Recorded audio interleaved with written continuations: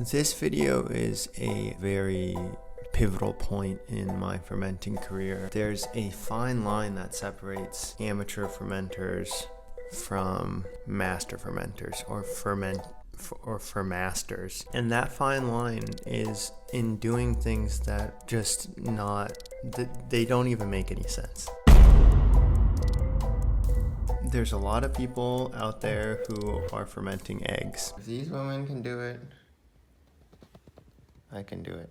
People will not with you if you're fermenting eggs. I feel like that's a general rule. I had been doing sauerkraut, hot sauce, kefir. I've done so many different things, but all of these things have been pretty safe. Kombucha, and they've been pretty mainstream. But fermenting eggs, it just shows commitment, and I wanted to do that. So to start off doing a egg ferment, I looked up a bunch of recipes, and apparently to ferment an egg, you need to have some kind of starter.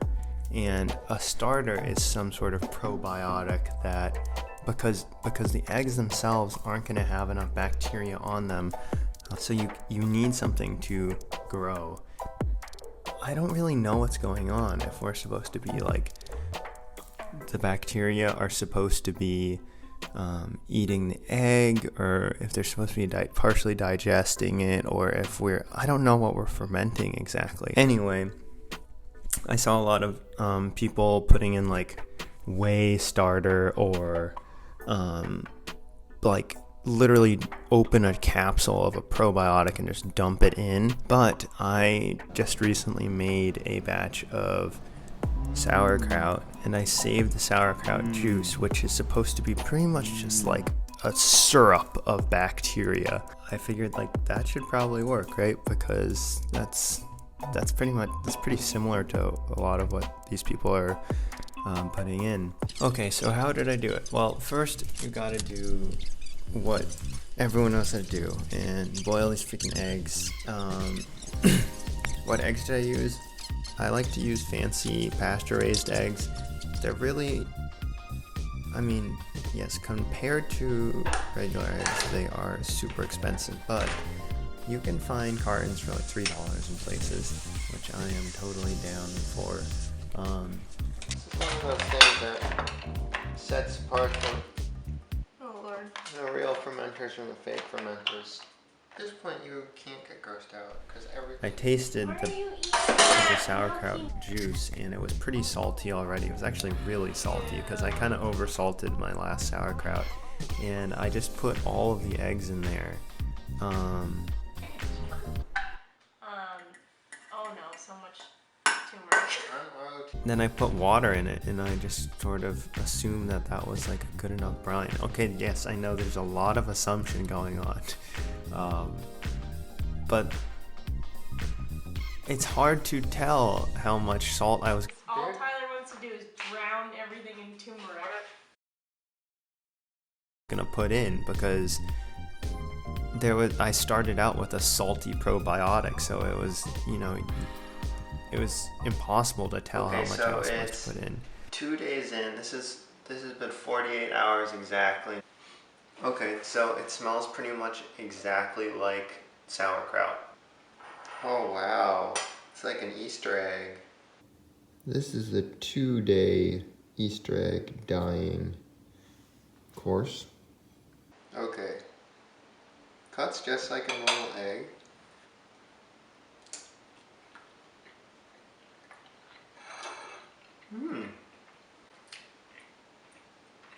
That's pretty much just an egg. And then there's a little bit of sauerkraut taste on the edges of the egg. I believe in this. I feel like there's a reason for all the hype. So I think I'm going to leave it in for another like 2 days, and then we'll check back. But at day 2 of this experiment, a hard-boiled egg has been transformed into a hard-boiled egg that is yellow. This is 2 days later. Today is the 7th, and this thing smells even stronger like sauerkraut now. We're gonna see if it's penetrating. Hello. And we're back to the voiceover. So basically, just cut these guys up and I gave it a try.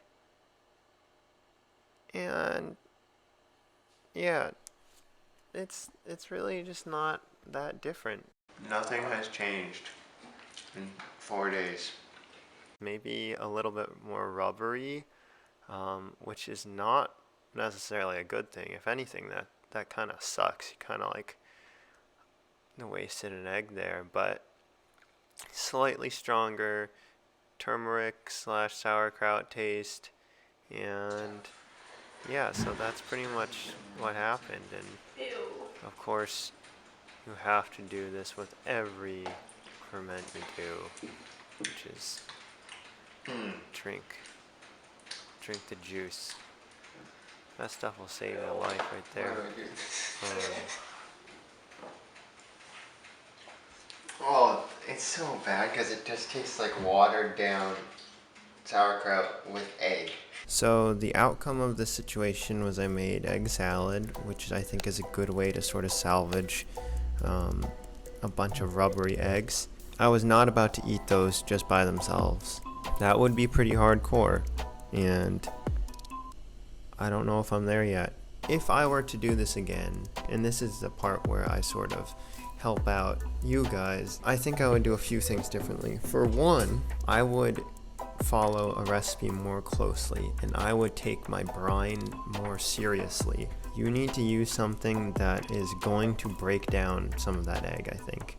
Whether that be a whey probiotic starter or just a probiotic capsule. Sauerkraut juice, I don't think it is going to cut it. Second, I would definitely take spices more seriously. This is not something that you want to skimp on spices with, because the egg flavor is potent and that thing is not gonna go away. You need to spice this up because you do not want to end up with something that tastes even more like egg and a little bit salty. It's just not. I don't know, next time I'd probably do thyme, maybe oregano, sage, and preferably fresh herbs. And maybe I would even put like a piece of garlic in there. I know people do all this kind of stuff. The last tip would be to keep a watch out for it. This is not one of those things where you want to just leave it and it will only get better. This is something that I do a lot with a lot of my ferments, because I'm just like, oh, this is like an exam week and now I can't really like take out what I've put in fermenting, but